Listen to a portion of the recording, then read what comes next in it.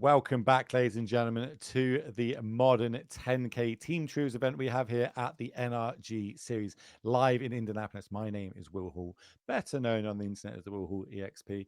That in the virtual news booth is my European colleague, Julian Kebab, and we are bringing you round number 4. Yeah, we're in round 4 now, aren't we? Round number 4 of the 7 rounds that we're going to be bringing today before we cut to that top 8.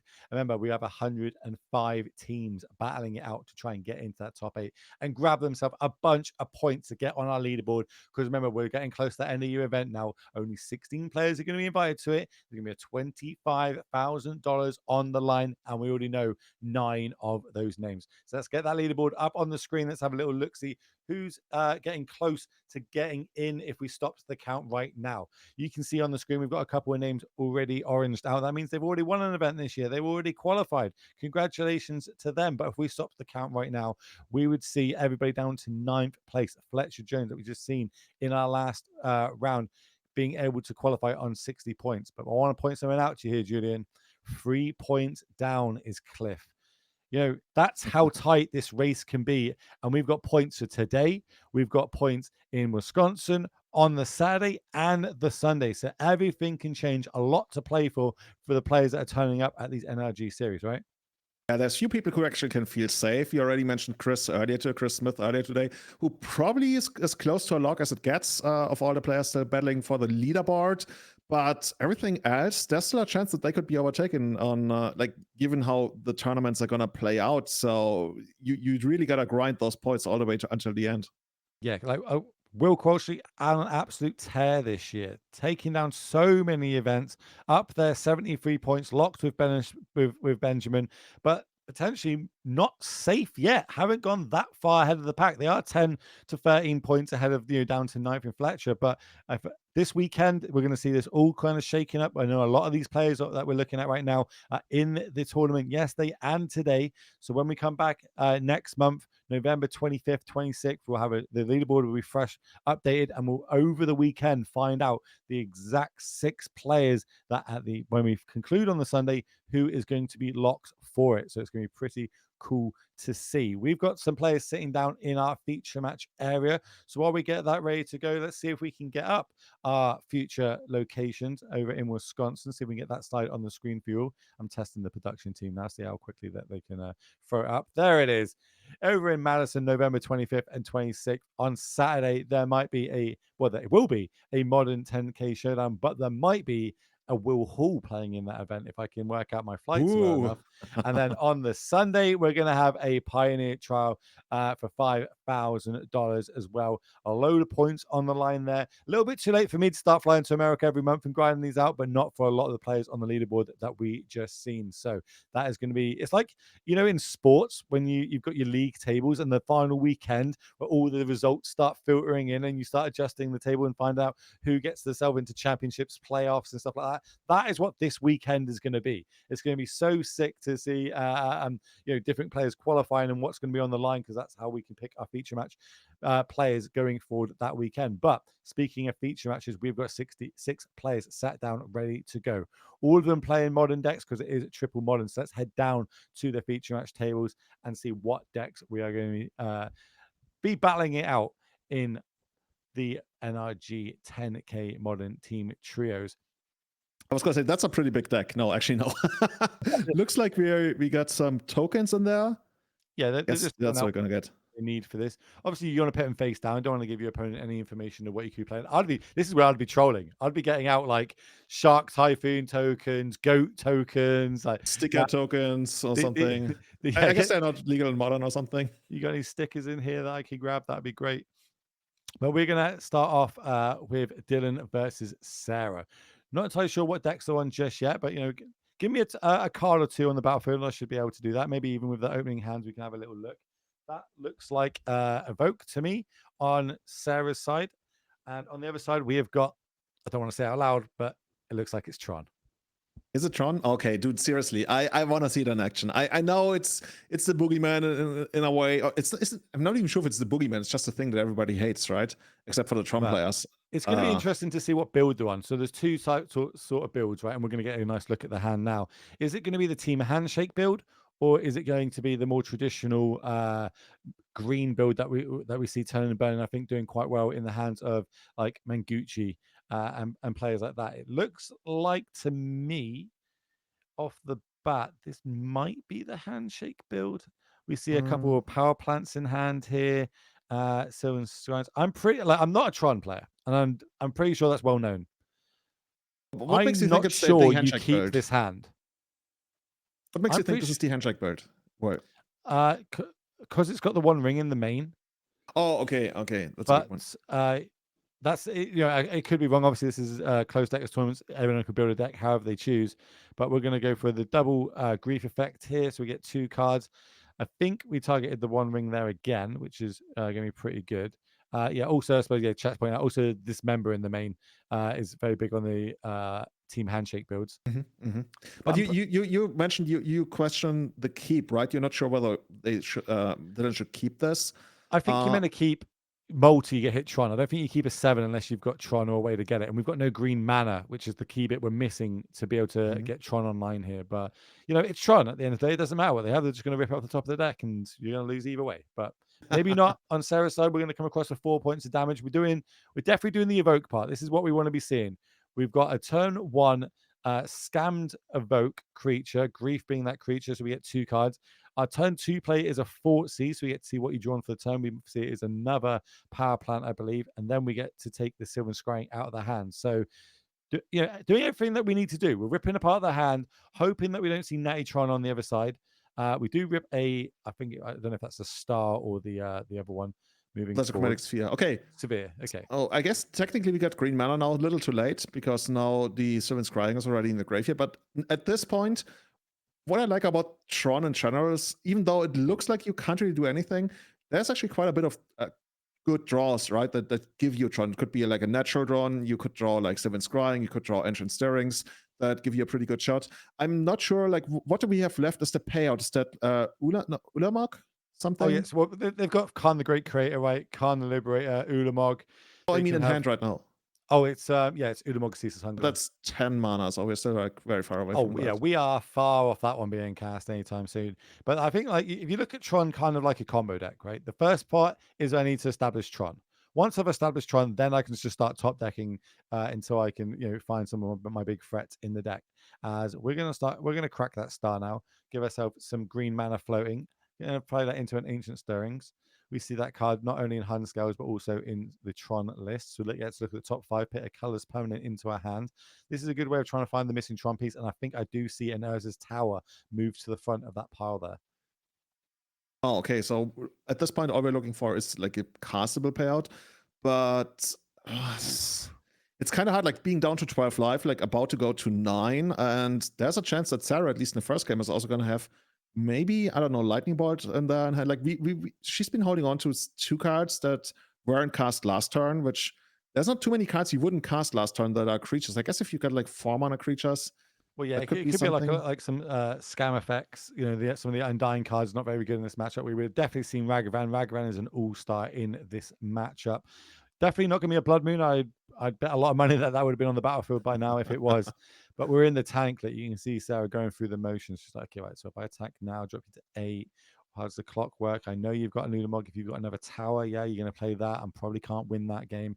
Maybe we've got the option between like a Fort Seas and a Fable this turn or something. We'll see how it pans out. This might be an all foil deck as well. Where do you sit on foils? Do you like a fully foil deck? I like it when it's like old frame foils. I never grew fond of the new frame foils, even though there's like really beautiful ones. But when it comes to foils, I kind of want to make my entire deck foil if I can. Like I've been holding out on getting those old frame foil painters just because I don't want them to be the only foils in my deck. So yeah, I'm in a rough spot. I like some of them, but if I want to go, I want to go all the way on foils. And I mean, that's not that easy money wise. Same question to you, chat. Are you a foiler or not? Are you a magpie? Do you like foiling out your decks? Or is it just your EDH decks that you like doing? I personally own one deck in fully foil, and it is in fact both the green blue version and the green black version. Unfortunately, it is unplayable both ways. Oh damn, we've got some big boys in the chat. Hello, Tannen. Hope you're good, my friend. jumping in. Kind of going non-foil all the way. Non-foils. Yeah. Talon's the boy. He knows what's going on. So we're going to fetch. We're going to play a grief. We're going to get a look at the hand. This is, I think we must have had at least a couple of options of what we could have done this turn, and we're going to go with, let's have a little look, see what's left in the hand. I think that is a power plant, a mine, we know the Ulamog. What's that last card? Is it another star? I think it's another power plant. Let me have a little look. See power plant mine. No, it's not a Wormcoil Engine, is it? No, I don't think it's. Well, actually, no. It might be. Well, you might be right. That might be a worm coil, because anything less than 6 we could have cast last turn. So it makes sense if that is a worm coil. But what do we take here? Do we also we've got to work the math out here? So this is actually 7 points on the battlefield. Opponent 8. If they do target both griefs and kill them, that means the enchantment drops off, which is the final point of damage that would be needed. So Sarah is going to take the worm coil. I must say I agree with that. I think that is the pick there. Hoping there isn't a tower off the top. That is a forest off the top. Yeah. So that's not good enough. That means, and with griefs having endurance, I think that's game. The only thing that people sometimes play, but I don't think it's in the deck right now, is Oblivion Stone that could get you out of this. But other than that, yeah, I guess Sarah just swings for the win. Pretty much. This would jump to 1, right? But that means the enchantment can't fall off. If the enchantment falls off, it dies. It'd be really nice if we had some sort of removal spell killing our own creature, so that happened. But here's a Dalphy Voidwalker, just adding another threat to the battlefield. Mm-hmm. Now, this has got to be good. We're looking, even an O-Stone wouldn't do it here. That Wicked Roll token is the game changer on basically any cards from the top of our deck. Even if we play Ulamog here, we target both griefs. They've got menace. We still can't block. Plus the Wicked Roll counter comes off. If we target the Wicked Roll and one of these griefs, there's still 2 lethal creatures on the battlefield. I think it's game, but we might turn and burn through the motions. We don't know the exact 75 that is in these deck lists, because it isn't an open deck list tournament until we get to the top 8. So no harm in looking, especially in this team event. 1 ring, that would do it. 1 ring would make us protection for a turn. That would give us another turn. But we wouldn't even get to use it, right? Because otherwise we die to it. You don't care about the drawing cards bit. It's giving us protection for the turn. It's basically a fog effect at that point. And then there's like some more, I don't know, there might be some crazy chance of us double spelling with an Ulamog or something. It's anyway, well, a long way off that. We're gonna have to look at these top 5 pet colors permanent into our hand. Having a little look here. Is it a Trinket Mage in hand? No. I thought, I was like, I haven't seen this card in like 15 years. I'd be very surprised if it was. Yeah, I mean, yeah, it's a blue card. Like, I must have missed something there. Okay, I almost want to say I saw one, but there's no way. Oh no, it's something else. Okay, yeah. That's Ulamog at the front of the hand. Yeah. So we're going to crack this relic to basically pay 1 to play it, play 1 to crack it, draw a card, exile both graveyards. Trying really hard to come up with something that I think might just not be there, right? As you mentioned, like we can take out the token and maybe the Voidwalker, but then we need like 4 creatures to block, which is like I think that's just enough.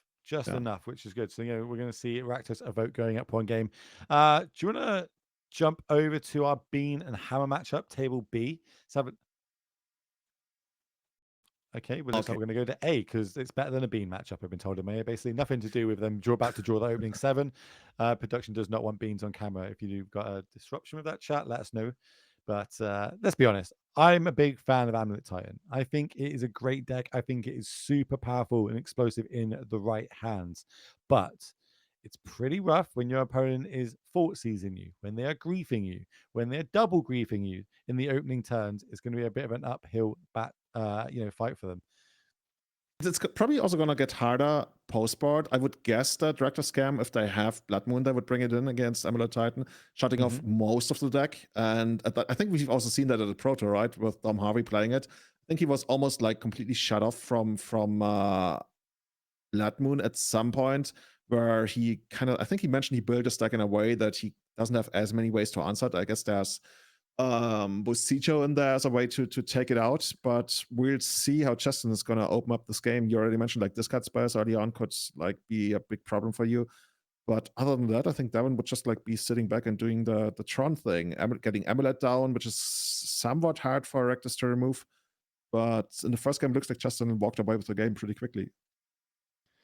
Let's have a little look. We're looking at opening 6. I think we see that might be an evoked Fury in hand, which again is kind of the other side of this deck, right? We talk about grief and ripping your opponent's hand to pieces, but also being able to kind of get down a 4/4 double striker on turn one can close out the game pretty quickly.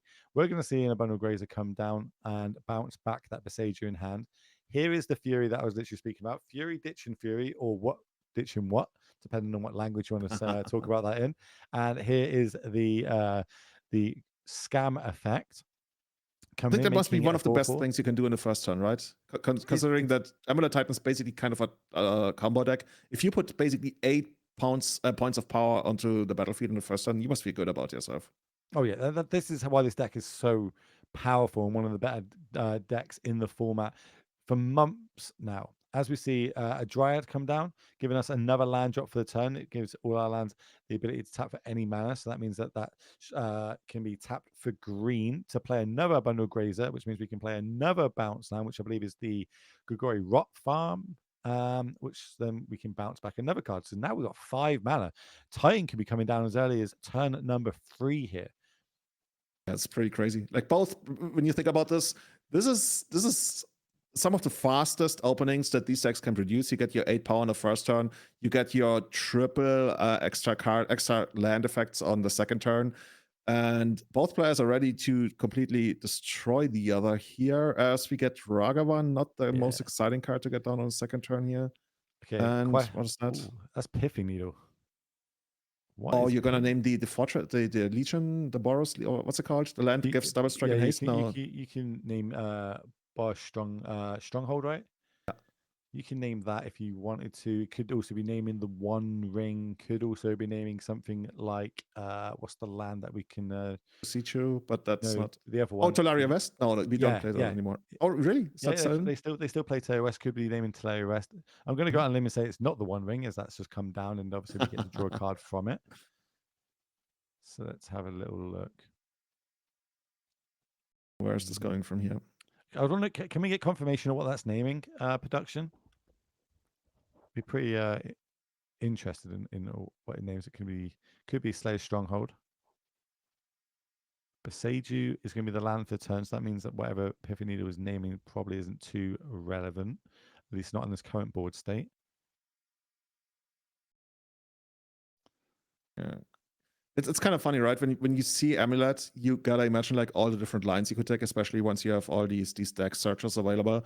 And I have so much respect for people who got in all the reps they needed with Amulet Titan and are really, really good with it, because I feel like this is not the kind of deck, even though we're probably going to have Devin in the booth like later on. He's going to tell us, oh, I just picked this deck up yesterday night.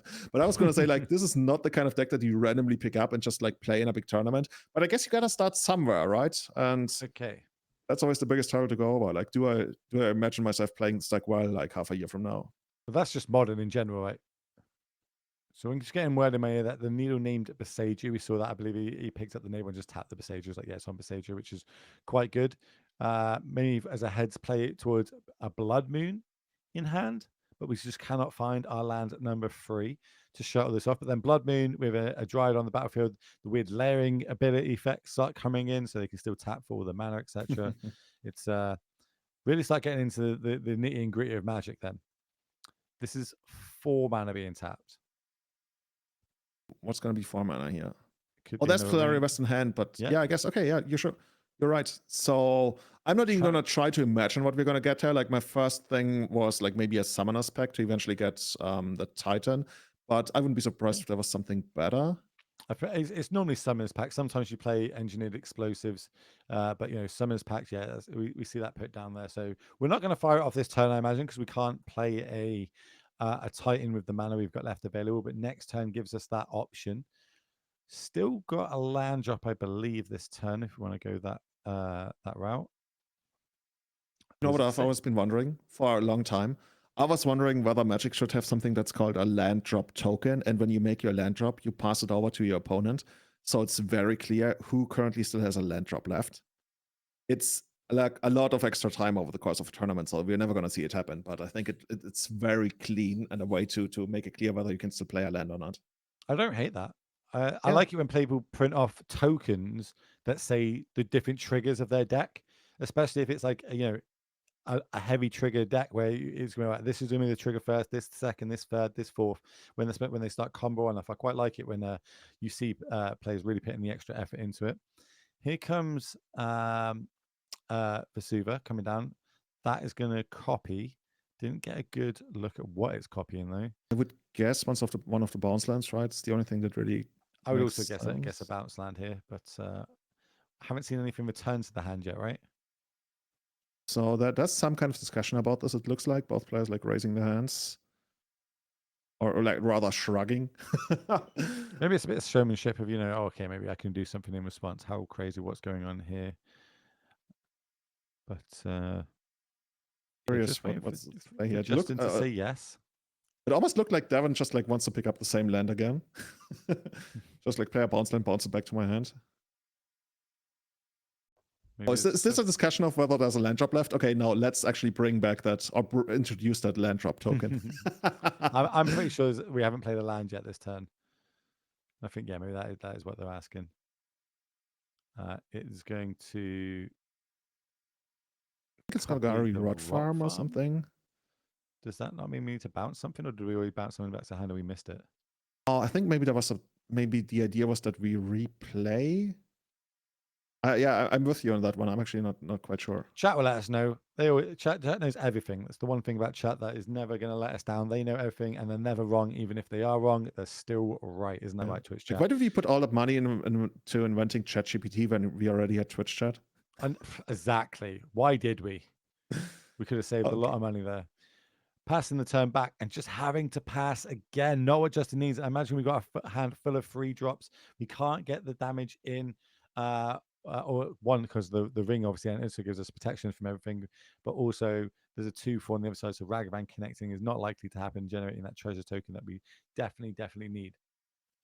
Oh, Ebola MTG is actually teaching us about what's happening here. So it looks like Vesuva came in as nothing, copying nothing, and then because of Dryad of Elysian Growth, it's still tapped for mana. So that actually gave us the mana that we needed, the untapped mana that we needed to cast the ring there.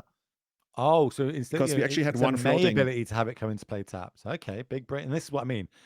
I think this deck is so powerful, but so few people actually know how to play it to its potential, how crazy it can be. So hats up, Twitch chat. Never let us down. Never didn't have faith in you. But here comes a Primeval Titan. Don't have an amulet on the battlefield, so no real way to give it haste just yet. But we do get to see the kind of the plan B. If we're going to long game, we get to see a Valku come down and start generating 3 points of damage to every mountain. In addition, it comes, and that is going to be enough to scoop it up, taking us to a game number 3. Valakut, pretty good. It's a pretty good card when all your lands, and especially bounce lands, are going to be counted as mountains.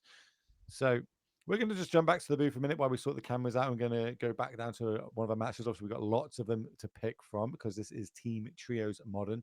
That means 6 different players in our feature match, all playing Modern. Could be the same deck, could be different decks. I really am interested if one team turned up with all 3 of the same but maybe there's I know there's a big Harden Scales fan club out there, big Discord. Maybe they decided, right, who's going to this event? Let's all go. Let's all play Scales and just sit there with our calculators working it all out, because let's be honest, it is a big brain deck, a lot of math involved in that. We're going to ask you, chat, what would you bring? So what modern deck would you bring this weekend if you were going to play in this? We're going to head down to table C to see what is going on in that matchup now. So let's head down there. While you all start to post in the chat what deck you'd want to be bringing. We'd be bringing your pet deck or the best deck.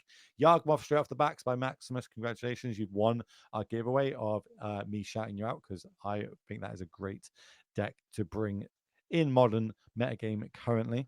As we're jumping into this, we've got a couple of Void Walkers. We've got a Fable the Mirror Break on the battlefield, but on the other side, we've got a Worm Coil. That means if we're in a racing situation, it can be pretty hard for us to it's actually going to be interesting, those Void Walkers. I kind of want to see a game state where you got your Void Walkers out, and then you thought these, let's say, I don't know, the biggest Ulamog, what have you, out of Dylan's hand, and then Sarah just goes ahead and like, screw it, let me cast that. I look at me, I'm the Tron deck now, something like that. Right now, they're kind of basically neutralized by the lifelink on the Wormcoil engine, so that's not really going to get Sarah anywhere. We got one card in hand. Did you watch the Pro Tour? I watched most of it, yeah. when the event turned to Voidwalker, turned 3 Fortsies you, and Kakano just flung the Ulamog at Jake, just like take it. I know where this is going. Really good high level bit of sportsmanship there. Both those players amazing. I love both of them. They're such good players. If you didn't catch that, I do recommend everybody goes and watches it on YouTube or probably on one of the VODs on Twitch. I love some kind of showmanship going on. Just I do. Take it here. Magic needs more of that. So what's happening there? We got the Karn coming down, minusing to get. I think we're not yet decided. It could be any kind of like huge payoff spell. I think that's the most likely thing that we're gonna get there. Is it gonna be like a second Wormcoil engine or something? I'm not sure. Also, the Voidwalkers are gonna be able to take out Karn next turn, right? Yes, correct, because we can't block them because they have the keyword we don't see too much of these days, Shadow. Oh, okay, this is a little spicy. This means that we can copy, maybe potentially get ourselves another Wormcoil, paying 2 life and 3 mana for the Phyrexian Manamorph. I don't hate it. Like, it's going to be really hard for Sarah to raise 2 Wormcoil engines. I'm not sure if in the history of human civilization anybody has ever done that. But... Oh, Twitch chat's done that. Yeah, Twitch chat's always done in the same game. Yeah, same game. Twice over. It was easy. They did it with no cards in hand as well. I wouldn't expect any less of them. But what can we do? We do have, obviously, Fable. We draw 2, or discard up to 2, draw that many. Only one kind of hand. We're going to go to the sideboard. We're having a look. What is still in my deck? What can I draw to? If we do kill one of these Wormcoils, we can actually cast it, right? Yeah, we can cast it. Then the opponent also... No, actually, no, the opponent doesn't... Actually, how does this work? Because... No, they don't get the tokens, I believe. I believe the tokens don't come because you choose... Oh, that's kind of cool. Yeah, it's quite nice how that can kind of play out. We actually like attack Karn with one of the Voidwalkers and then cast it with the other one, but that's probably not... Oh yeah, you see, that's actually why Sarah probably looked into her sideboard. She was like, what can I actually get from my sideboard with Karn? But right now, she seems kind of undecided. Like, not sure what the way to victory is. It doesn't really feel like the ultimate of the Fable is really going to help us out all that much more, except for, like, I guess, increasing our clock. But come on, 2 Wormcoils. Gonna be rough. Obviously, it's not open deck, so we're not fully sure what it could be. But what is like a really good card for us to draw here? Maybe some sort of, if we can evoke out a Fury and get like double hits doing 8 damage that way, maybe. A Terminate would be pretty good because that's a nice clean way of getting these off the battlefield. It is after sideboard, so could have something along the lines of... doesn't really feel great though, right? No. To have Terminate in your deck against maybe Tron. Colligan's Command could be in the list. Mm-hmm. Nothing that's like an all-star game-stopping play though. Well, I guess it's another card that Dylan can't really block unless he wants to keep both creatures back, which he probably doesn't. But right now, it's just like so hard to raise these 2 creatures here. We're gonna take out Karn and then actually cast it. Interesting. Oh no, okay, we're not casting. No, we're splitting the damage. Okay, 3 to you, 3 to Karn. It's one of the only cards that's not great for us to cast off the Derby Voidwalker. Is imagine going to your sideboard and getting something. I'm sure there's some crazy stories of people getting, I don't know, like a chalice or something like that from the sideboard. But what was that draw? Didn't get a good look at it, but more importantly, Saga has gone to 2. That means we can start generating construct tokens as well, and this clock can start swinging. Here comes 12 damage coming across. We're going to chump block with our Goblin Shaman token. Or is it the Griefy chump block? Maybe it was the Griefy chump blocked with just taking 6, but more importantly, gaining 12 more points. Oh, it looks like Sarah changed her mind. We're actually blocking with the Shaman. It was the Goblin. I thought that's what the original was, but here we are. So yeah, nevertheless, we gain 12 points of life and drop down to 4. Bit of an uphill battle. It's going to be pretty hard. Especially like when you think about it, Dylan also has that with Sicho in hand, if I remember correctly. Yeah. So even if we somehow manage to navigate the game to a point where our Kiki Chiki was supposed to do something, we're probably going to be taking it out at the end of turn here. Do we have like green mana available? There's like one card there's a bit of glare on it. I think it's a forest at the bottom. Okay. Yeah, it's just like the forces Dylan is putting onto the battlefield, they're slowly getting absolutely overwhelming, especially with the 2 extra constructs coming in. And in the end, it's all about the lifelink, right? And the lifelink is going to make it so like without the lifelink, we'd be down to like, I don't know, less than 10 at this point. We've gained so much life. The race would be so much different. But heads up to them, understanding that, knowing that this is gonna, the race is kind of on, and it's gonna be super hard for these worm coils to get off the battlefield. I think at this point, Dylan really only needs to make like 2 constructs and then send the 2 worm coil engines into the lifelink zone, and the game is just gonna end 2 turns from now. Oh, I think this is lethal now, right? Or right away. Oh yeah, because Sarah only left back 1 blocker. Yeah, maybe she got some cards. Now here comes. At least she's representing something. Oh, okay. Beseiju, Undying Effect means it comes back, means we generate another blocker because another Goblin Shaman token. Oh, that's cute. Oh, dude, I love that so much. We not only get the token, we also get the Fable. And we get the land, I believe. I believe you still go get the land off it because it is destroyed. Yeah. But oh, that's cool. Fable's going to come off, and it's going to be able to go get itself a 1 mana or 0 mana artifact. Have a little look at what's in it. Could just be a relic, could be a map. I think that is the most likely options. Could be a star as well, but just give us another draw at what's on top of our deck. But once this is all cleaned up, I believe we'll have a Fable the Mirror Breaker back on the battlefield with 1 on chapter 1 of the saga. An extra land entering the battlefield can be a shock land if we want to go that route. Probably not while we're at 4. It's going to come into play tapped, but we do get ourselves the Goblin Shaman token, as I said. So it also looks like Sarah is going to be able to, well, if she survives into her next turn, she's going to be able to loot, because we, on the rare occasion that we actually get a Fable down on the opponent's turn, then on our turn, we're going to go straight into chapter 2 of the Fable. Not sure if it's actually going to like reward her with anything, but it's oh well, never mind. I think the cards in the graveyard should be in exile currently, but I don't think that's going to be like too much of a part in this matchup. I believe We're saying the saga, right? At least if at the Void Walker. But here comes okay. Looking at Hey, why I might didn't want to go that route. What do we want? What else is there? There can't be many options, right? This isn't the rights in the deck. It's not powerful for it's 1 and 0s. It's not like I mean, you could get a Chromatic Sphere and just like pop it immediately, trying to draw into something. Yeah. That's where I think that the options are right now. It's, do I want to destroy this Fable, or do I want to kind of turn and burn through my deck one more time? Because we all know if there's something like an Ulamog on top, even another Karn, that could just be enough to get us over the finishing line now, because we've got 3 creatures that are all lethal. In fact, we've got 3 creatures that are all lethal and 2 blockers. It all depends on that last card in hand, right? Well, what could that be? Like, there's not too many removal spells you can have that can take out. I guess a Braid. We talked about that. That could be a thing. The token can get killed with something just like a Fatal Push, right? Or card against command, I guess. Yeah, Cologans would be pretty good. But we're turning and burning. Or maybe we're not. Maybe we're going to go to combat first. Doing some math, playing some keyboard. We are going to cycle the star. Again, that's going to go to exile, I'm sure. Looks like we got 1 floating. Oh, with a sphere, should I say? Oh, Dismember. Oh, that's going to make it so much harder even. That one should also go to exile. Yeah, you're right. I guess it doesn't really matter. Yeah, just picking it up, going to game 3. So there's like a weird interaction of why they play sphere over star now, because of things like Dolphy Void Walker, which the team handshake believed was going to be the most played deck, and obviously one triggers with Dolphy out, the other one doesn't. So that's the reason behind that. But that does mean, as you said, we're going to be going to a game at number 3. We're going to move to the Being Control list in the middle versus Hammer Time. Being Control up 1 at the minute. Have a little looks in here. Looks like we've got a Epiphany Needle, a couple of Horizon Canopies, and a Memnite, and just 4 land. Just 4. No biggie. Just 4 on the other side.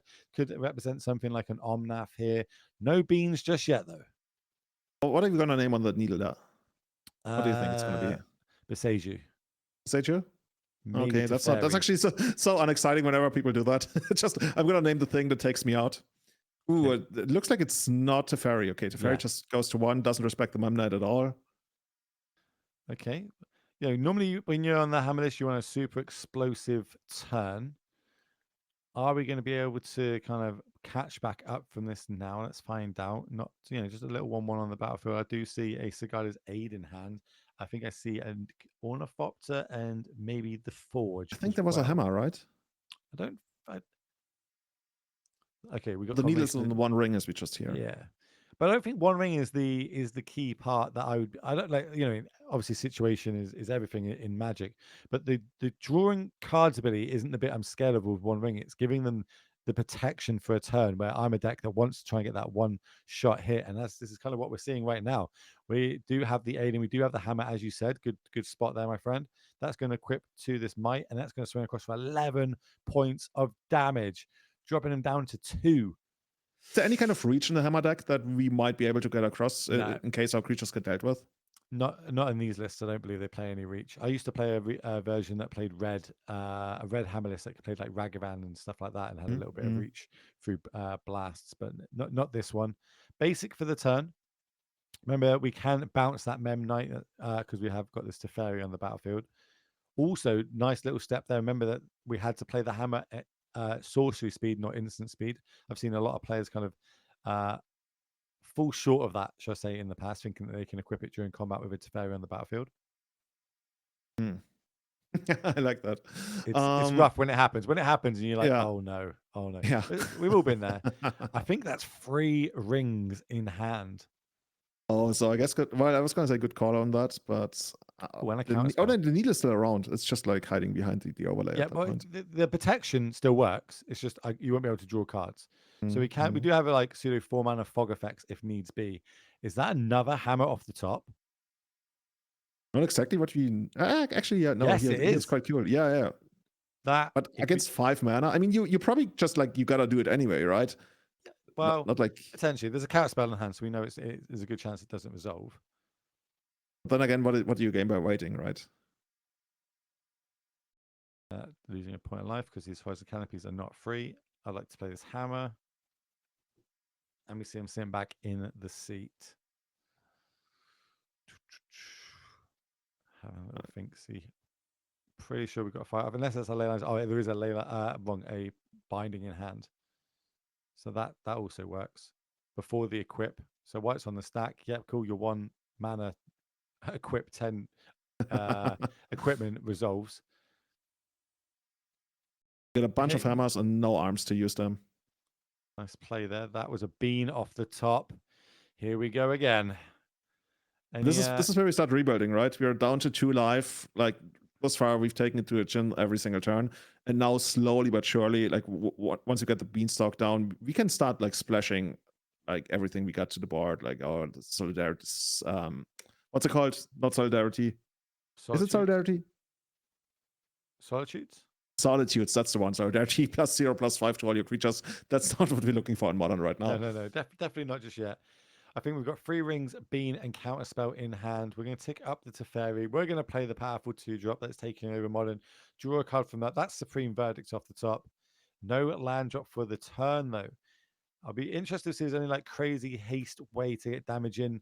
I don't think it would ever resolve if we're hard casting it, but sometimes they do play Ginger Brute in these lists.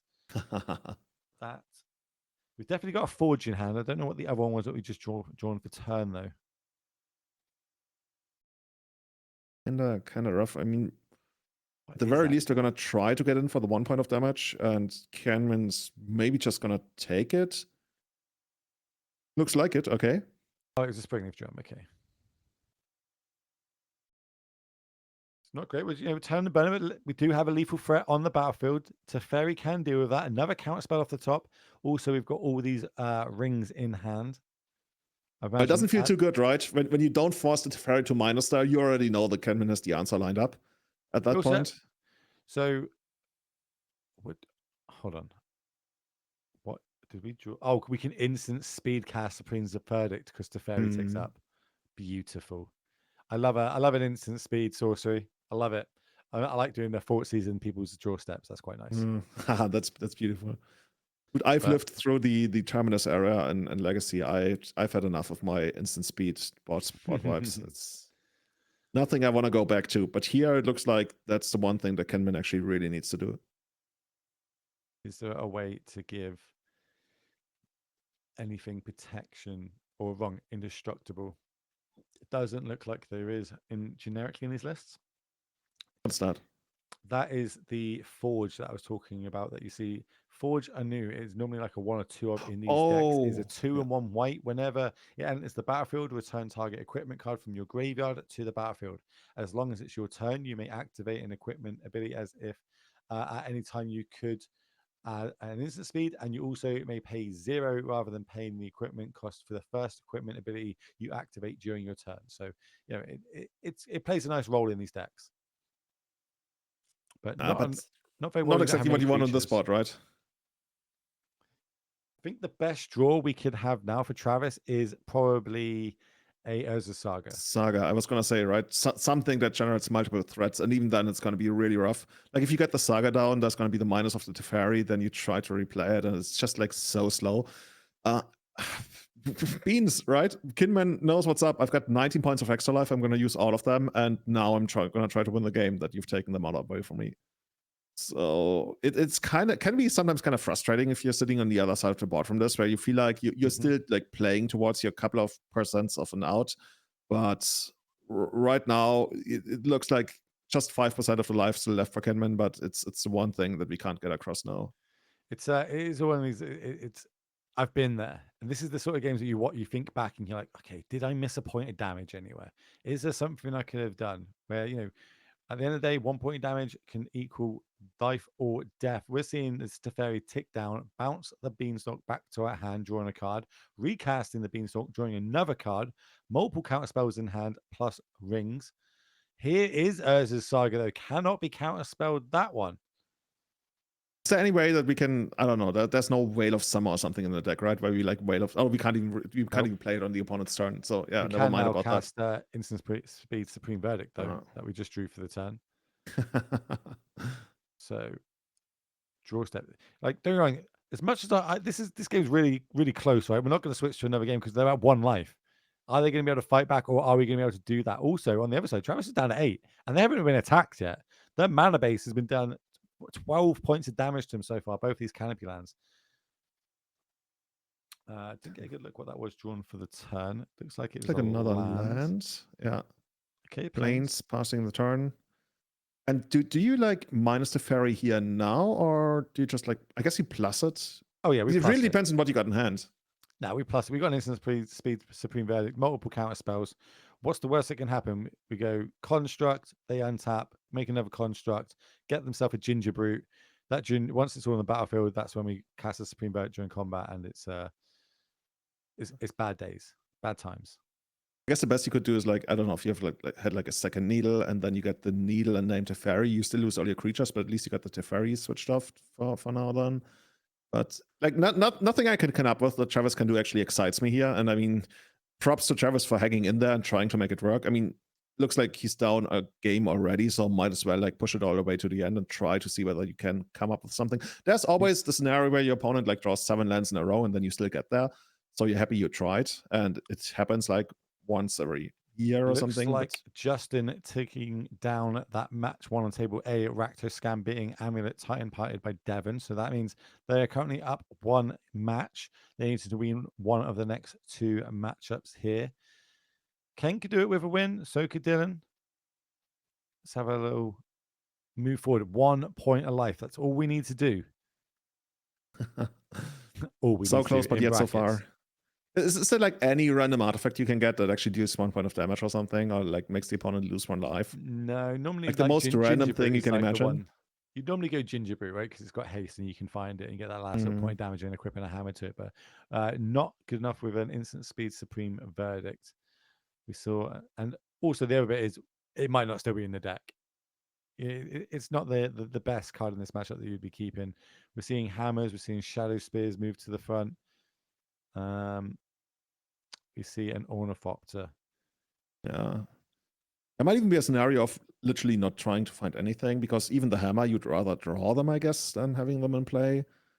Well, I guess there's Cicadas 8 still. Or is that in the graveyard? I don't know. It's hard to... Oh, no, the graveyard is on the other side. Okay, so in that case, maybe Springleaf Drum if you really don't want to find anything, because you know your stuff is going to die as a Supreme Verdict here.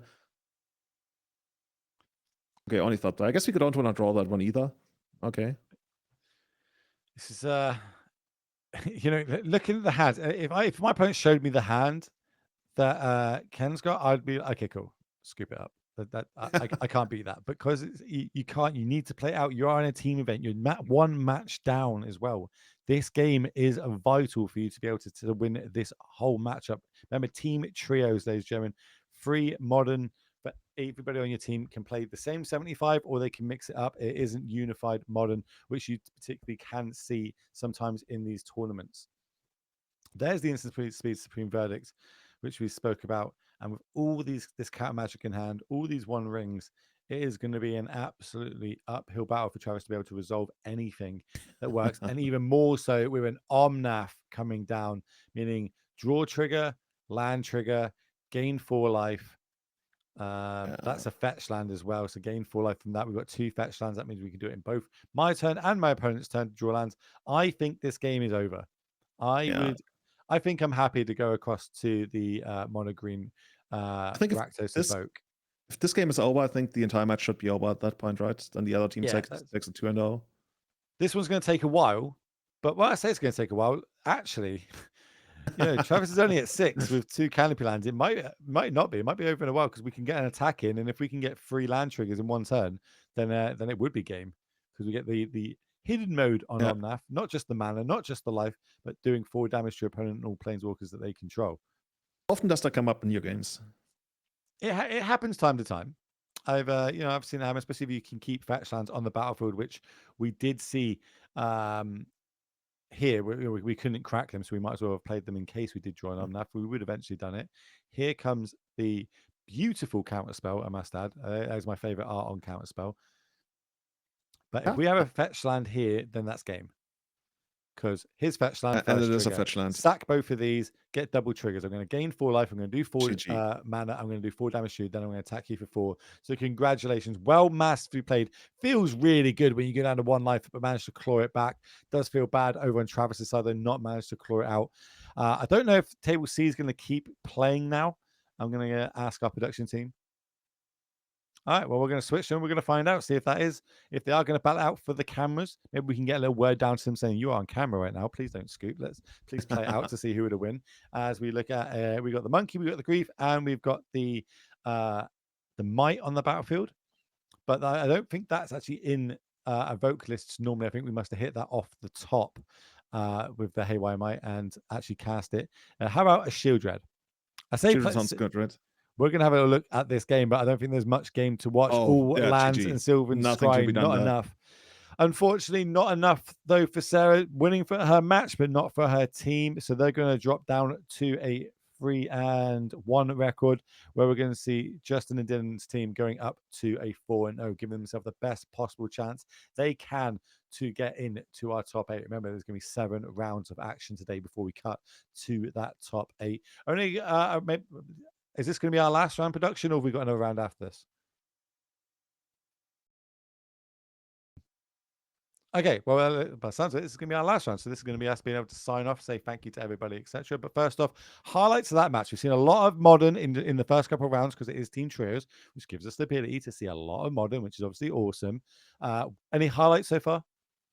I want to say every time I get to see Yawgmoth, that's very much a highlight for me. Also, as you mentioned earlier, when A. Adams, right, had that super heads-up play with the I think if you haven't watched that, go back, watch that, because that's the kind of play you feel like, oh yeah, it makes sense. But would you do that play in that situation? I'm not so sure about me and a lot of other players. It's not the oh my god, top deck sort of highlight real play. It's just the reading the battlefield, reading what my opponent's doing, reading the sequences of what they're doing, and having that heads-up play to kind of just trumpet in one play. It was so cool to see. We're going to have a players interview with our winner, so we're going to get them in, have our final interview. So if you've got any questions, chat, put them in the chat and we can ask it across. Well, you got Justin. Hello, Justin. We were speaking to Will and Julian. Congratulations on taking that one down. How's it feeling? Thank you. Feeling good.